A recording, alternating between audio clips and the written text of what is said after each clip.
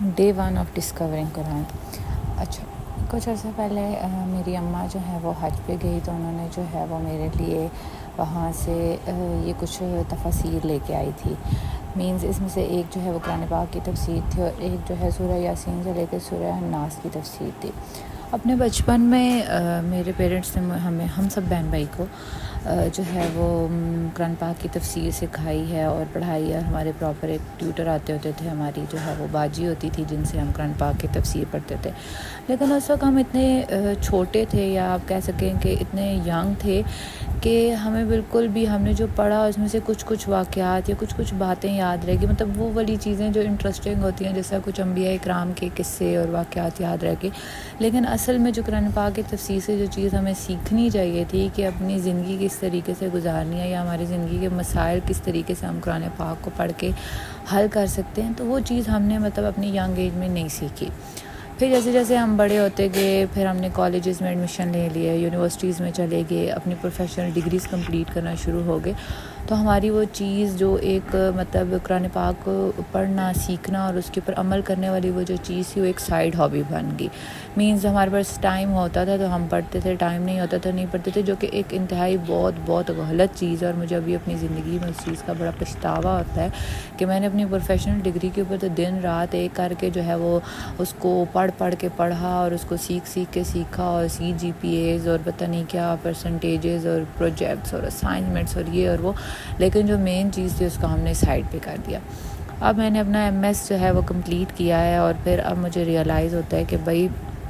میں نے اپنی زندگی میں بہت زیادہ ٹائم جو ہے وہ ویسٹ کر دیا ہے۔ زندگی میں کچھ اس طرح کے فیزز گزرے جن کے اندر ہمیں جو ہے وہ ہم ادھر ادھر سے اپنے مسائل کے حل نکالتے رہے، کچھ اس طرح کے انسیڈنٹس ہوئے، کچھ اس طرح کے حادثات ہوئے، لیکن ہم مطلب جہاں سے ہمیں حل نکالنا چاہیے تھا وہاں سے ہم نے حل نہیں نکالا، بلکہ ادھر ادھر سے حل نکالا۔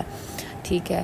حالانکہ ہم اپنے بچپن سے یہ چیز پڑھتے بھی آ رہے ہیں، اور یہ چیز ہمیں پتہ بھی ہے، ہم سنتے بھی آ رہے ہیں کہ قرآن پاک کے اندر انسان کی روحانی اور جسمانی دونوں قسم کے امراض کا جو ہے وہ علاج موجود ہے، لیکن ہم نے پھر بھی جو ہے وہ اپنے روحانی جو مرض تھے ان کا علاج مطلب ادھر ادھر سے ڈھونڈا ہے، ہر جگہ سے تلاش کیا، لیکن قرآن پاک سے نہیں تلاش کیا۔ تو ابھی کچھ عرصہ پہلے میری والدہ جو ہے وہ اس سال ابھی حج سے واپس آئی ہیں، تو وہ وہاں سے آتے ہوئے میرے لیے تفسیر لے کے آئی، اور وہ تفسیر اسی مقصد سے لائی تھی کہ تم 5 بہن بھائیوں کو میں نے بچپن میں تفسیر پڑھائی ہے، لیکن میں نے پھر کبھی تم میں سے کسی کو اس کو فالو اپ کرتے نہیں دیکھا۔ تو اس دفعہ وہ جو ہمارے لیے تفسیر لائی تھی تو وہ مختصر تفسیر تھی، یعنی کہ اس کے اندر شارٹ پیراگرافس کے اندر، اور بڑی مختصر اور جامع تفسیر ہے، جس کے مطلب بڑے ایک پریسائز طریقے سے ہمیں جو ہے نا وہ پوری ایک آیت کا یا پوری ایک سورت کا مفہوم بڑی آسانی سے سمجھ آ جاتا ہے۔ تو میں نے سوچا کہ کیوں نہ صرف میں ہی اپنے مطلب مسائل کا حل جو مطلب جس طریقے سے میں اس کو پڑھ کے نکالوں گی، تو کیوں نہ میں اس چیز کو ساتھ دوسروں کے ساتھ بھی شیئر کروں۔ ہو سکتا ہے کہ جو باقی لوگ ہیں وہ قرآن پاک کی ان صورتوں کو یا ان آیات کے مفہوم کو پڑھنے کے بعد وہ اس کو کسی اور طریقے سے انڈرسٹینڈ کریں، کسی اور طریقے سے اچھا، قرآن پاک کو آئی تھنک سے جو قرآن پاک کی تفسیر ہوتی ہے نا، وہ ایک ڈیفرنٹ چیز ہوتی ہے، یعنی کہ وہ تو ظاہر سی بات ہے اس کے اندر لفظی تفسیر ہوتی ہے، اس کا مفہوم ہوتا ہے، جو اس کا ایک ڈیٹیل انالیسس ہوتا ہے وہ ہوتا ہے۔ لیکن میرے خیال سے ہر بندہ، چاہے وہ کوئی بھی ہو، کوئی عام سا میری طرح کوئی دنیا جان کا نکما مسلمان ہو، یا کوئی بہت زیادہ مطلب جو ہے جس کو بہت زیادہ نالج ہو، مطلب ہر بندہ، میرے کہنے کا مطلب ہے کہ ہر بندہ ایک اپنے طریقے سے مطلب سمجھتا ہے اس چیز کو۔ تو اس وجہ سے میں نے ڈیسائیڈ کیا کہ کیوں نہ جیسے جیسے میں اس کو پڑھوں گی، مطلب جو میرے پاس بک اس وقت اویلیبل ہے، جو تفسیر میرے پاس اس وقت اویلیبل ہے، اس کے اوپر کسی